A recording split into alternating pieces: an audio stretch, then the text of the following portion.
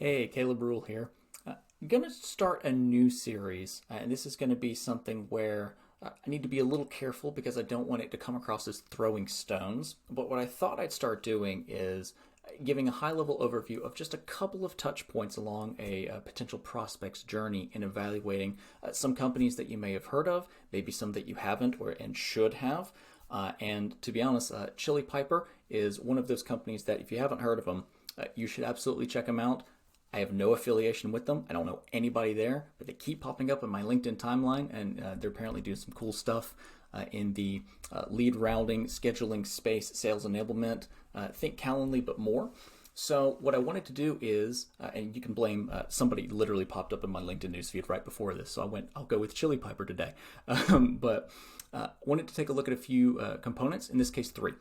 Number one, we'll look at their Google presence. Just if I Google them, what do I find? Number two, you'll see the tabs at the top, G2, because it's SaaS. That's one place where a lot of buyers will go to kind of evaluate a vendor and look at other options before deciding to engage with the brand. And then number three, we'll look at a few key pages of the website.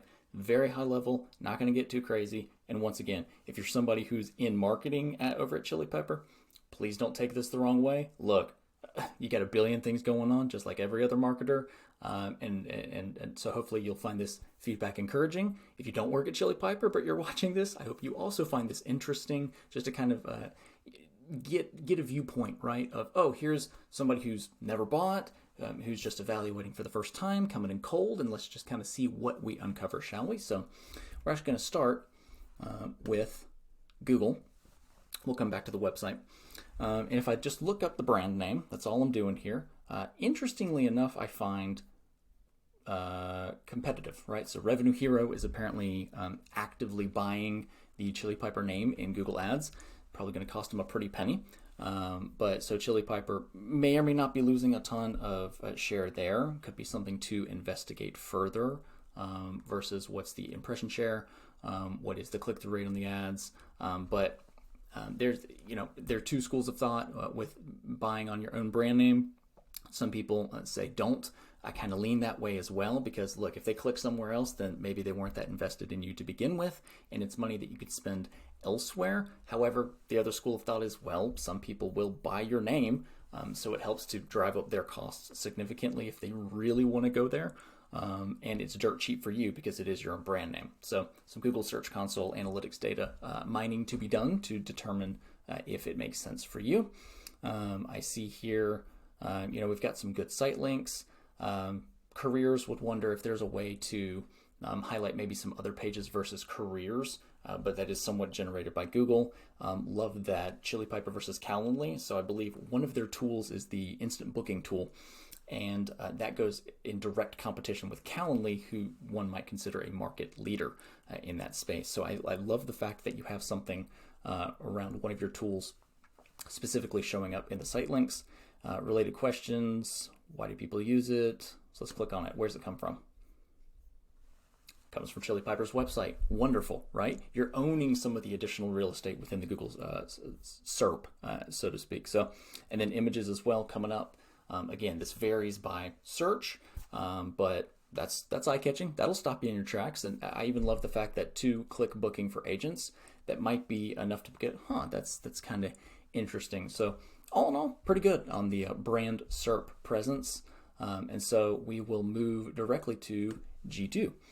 Now, if I search for Chili Piper in G2, I'm not signed in, just to kind of, and I'm in incognito in Chrome just to try to anonymize and make sure I'm not swaying what I find. What's interesting I only find two. I actually find Chili Piper and then one competitor, Trumpet. If I look at the categories as well, I actually am a little surprised here. Even just looking at these two, I see lead to account matching and routing, online appointment scheduling, calendar, all makes sense, business scheduling.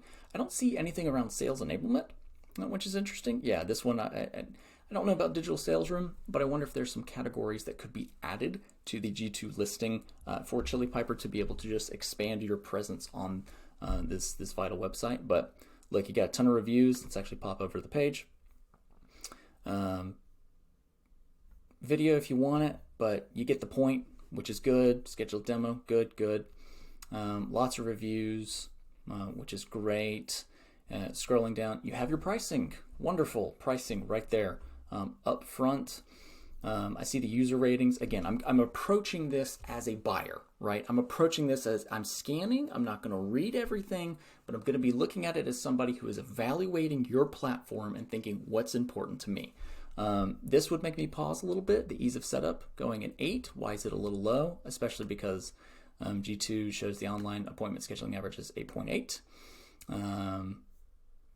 So, typically when I'm coming to something like this, I'm looking for also negative reviews, right? So I'm one of those who, when I find somebody that has lots of positive reviews, I will go actively search out the negative reviews just to see what they had to say. In this case, there's not a lot. There's only 10. We'll come back to that in a second.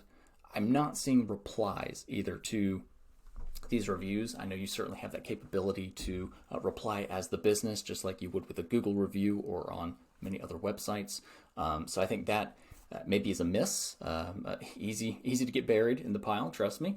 But if you can reply to your reviews and just show, hey, we're paying attention to our customer feedback, I really do think that is a great way to kind of show off a little bit. Let's go to the 1 stars just to see what happens. And again, not knocking the tool. I don't personally have it. So I see a reply here. Interesting. So that's usually not a great sign when you see somebody only replying to the negative reviews. You also want it to reply to the positive reviews, even if it's just a simple, hey, thank you so much for taking the time, and for leaving us some positive feedback. That's all I have to say. Something simple. There's some great guides out there if you want to get a little more in depth, but just show that you are reading and responding to all of your reviews, not just the negative reviews. But this is solid. Which is, hey, we're very sorry. So it's apologetic, without getting too far in the weeds, I would look at this and go, okay, they're responsive to the negative review and it was a decent reply, right? It wasn't overly defensive, or anything like that. So, and again, overwhelmingly positive, right? We're looking at 666 reviews, 4.6 stars. Lots of good to see here. So now let's pop over to the website. And I'll start with the homepage, and my lovely face is in the way here. First thing I see is double your inbound conversion rates. Okay, you have my attention. That is a strong headline, gets right to the point. And I love the fact that this leads, what's the value prop, all right? What's the outcome? Not just what will we do for you, what does doubling your inbound conversion rates do? More meetings booked, more pipeline created. Simple enough. So that is strong, love that. CTA of get a demo, I'll come back to that. I have thoughts on demos, but look, if that's how your process is, short, sweet, to the point. Logos for me don't do a whole lot. Now I know all of those logos, so it does make me go, okay, there's a little credibility here. I wonder if there's a way to kind of split the difference and maybe have a 2-column setup. I understand you have a 2-column setup above, but here you could potentially have, instead of see customer stories, give me a testimonial. Give me something to work with right here, where I don't have to click anywhere else to go see more, but give me actual quotes. I've seen debate on LinkedIn about the efficacy of testimonial quotes versus maybe logos. Why not both, right? You need both. Everybody has a logo strip, so I think they may not be as powerful as some people think, because everybody else has it, right? You go to a website, you're evaluating it, you expect to see a logo strip. So testimonials, I think, could be a little more powerful here. Nice and interactive, which is decent. Fix your leaky funnel for good. Okay, I'd be scanning. What's our products? Okay, so we are, getting into what are the potential solutions that are being offered. This is slightly odd. Don't know if it's supposed to do that because it's off to the right. I would assume it's off to the, either way, being off the screen for me, don't make me go find it. I'd rather have all of these. And here's some great testimonials. These should be higher. These should not be buried down below, especially because you have, okay, what did actual customers get?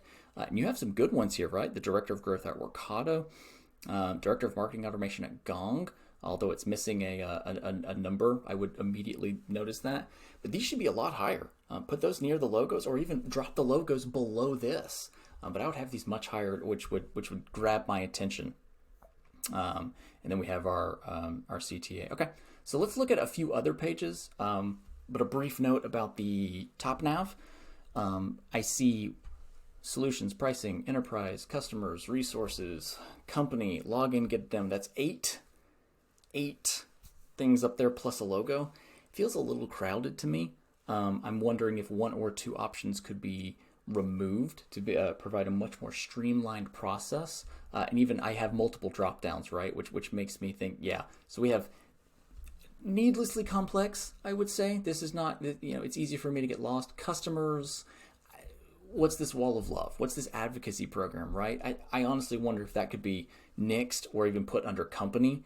That's kind of your standard stuff. Resources, could even be put under company as well, potentially, and just have a link to the main resources page. I don't need a link to every single one of these, right? So maybe this could be trimmed by one or two, give you a little bit more white space up there as well, and simplify it. Now, again, I'm looking at this on desktop as well, but on mobile, if it's this long, that could be a bit of a challenge. Let's look at your pricing page. And hey, there's pricing on the pricing page. Thumbs up. That's all I have to say. I'm sure I'll find somewhere that's not the case, but and it's got it broken down, so I do like that. We move on to the enterprise page since that's specifically called out. Okay, stock photos. I wonder if a testimonial would make a lot more sense up here. Again, you're trying to convince me, and a stock photo, it's nice, it's good, it's not stock, to be fair, but it kind of feels that way, right? And so maybe that resonates well with an enterprise audience. I feel like there could be better though, because they're used to that. I do like that the logos are different here, and they're clearly enterprises that everybody's heard of, so that's great. This doesn't do anything for me, right? Because it's reach your revenue goals, 45% faster meeting scheduling, as opposed to what? Right? I have no comparison for these data points, and so for me, I would immediately throw them out a little bit. Now, if they were tied to case studies, that would be a completely different conversation, but right now they're kind of just on their own. That's a strong quote. That should be a lot higher. And I love this. Now, I see this being reused, so definitely now it feels really stocky to me, but stock photo I should say. But I love the fact that marketing, sales, RevOps, you're targeting specific personas within your enterprise level, right? This is good. This is identifying some specific pains, right? That each persona within a buying committee, and I think it's one of the big consulting companies, maybe Forrester, maybe Gartner, maybe Deloitte, is showing the B2B buying committee process is only getting longer, and so it's only getting more difficult to navigate all of that. So I appreciate the fact that you're targeting them specifically. So that's good as well. And you just kind of okay. So this guy is in like 3 or 4 places. So slight tweak that maybe I would make. But kind of want his glasses though. Kind of better than mine. So I'll have to talk about that. These integrations I think should be way higher. Actually, I honestly do believe I've seen Scott Brinker on LinkedIn posting recently about how integrations with existing tech stack are actually one of the top 3 reasons that are weighing a buying decision of technology. So I think this should be way higher on the page because it's good. I think it's a really, really good piece of content. I just think it's buried because most people aren't scrolling down this far. And then finally, let's go to the Get a Demo page, right? Qualify, route, and book prospects in minutes versus seconds. Decent headline. These stats over here don't mean much to me. Like 125% increase in demos booked from inbound, as opposed to what? Again, right? There's a no context statistic, so for me, I just kind of throw it out. It doesn't really make me want to fill out this form, but let's say I'm convinced, right? Okay, I wanna input something. Let me just throw something in here. Okay, I don't like that because that kind of feels like a bait and switch to me. And there's two reasons why. The first is your CTA is to schedule a demo, right? So scheduling a demo implies I'm going to be talking to a salesperson. I haven't actually gotten to dig into the tool at all. I have not gotten my hands on the tool. And like most buyers in the B2B space, I don't really want to talk to your sales team yet. I'm still investigating your tool, and I'd like to be as self-guided as possible. So if I can avoid your sales team at all, I will. And so that by itself is already making it more difficult for me to want to fill out this form and jump on this call to action. But then this feels like a bit of a bait and switch. Because I went, oh, it's 3 fields. I clicked on it, and then boom, now I have 1, 2, 3, 4, 5, 6, 7 fields to fill out. That's a long form. It is. It's a long form, and I don't want to fill it out. So long form plus CTA, I'm not really in love with, which is scheduling a demo, which means I know it's going to be a discovery sales call that I don't want to be on. I think that's a multiplier effect to lose prospects, actually. Now, again, caveating for the third or fourth time, don't hear me throwing shade. Lots of companies do stuff like this. Hopefully it's getting you, the viewer of this video, thinking in terms of your own customer or prospect experience. It's a very smooth form. It's a very modern site. I actually really like that. That was kind of a nice UX touch, but the form itself is just too long. And again, how it's presented, when I clicked on it and then zip, I immediately went, oh, I've been lied to. That was my visceral reaction. This is a great quote, though. Honestly, I'd pull this up. The stats, again, don't do anything for me. The testimonial, I think, does. Or even pull this up higher as well. So do love some of the G2 things that you have on the site. So all in all, again, just a review of just an honest assessment of just looking at a few high-level components to what a prospect's experience might be investigating, in this case, Chili Piper. No shade at the team. The company, from all accounts, is doing well. I think it's a pretty cool tool from what everybody's told me as well. I don't use it personally, but if this makes you think about your own prospect or customer experience, or if you'd like to see what else I can dig into and just give you some raw feedback from a typical B2B buyer, fill out a form. Come talk to me. RuleYourCompetition.com is the website. I'm Caleb Rule of Rule Marketing Group. I'm also very active on LinkedIn, and hopefully we can have a conversation about your customer experience and what you're presenting to your buyers and prospects right now. Thanks so much for the time. Thanks so much for watching. Check out Chili Piper, chilipiper.com. Some free publicity for them for being, I guess, the target of this video for right now. And see you in the next video. Thanks.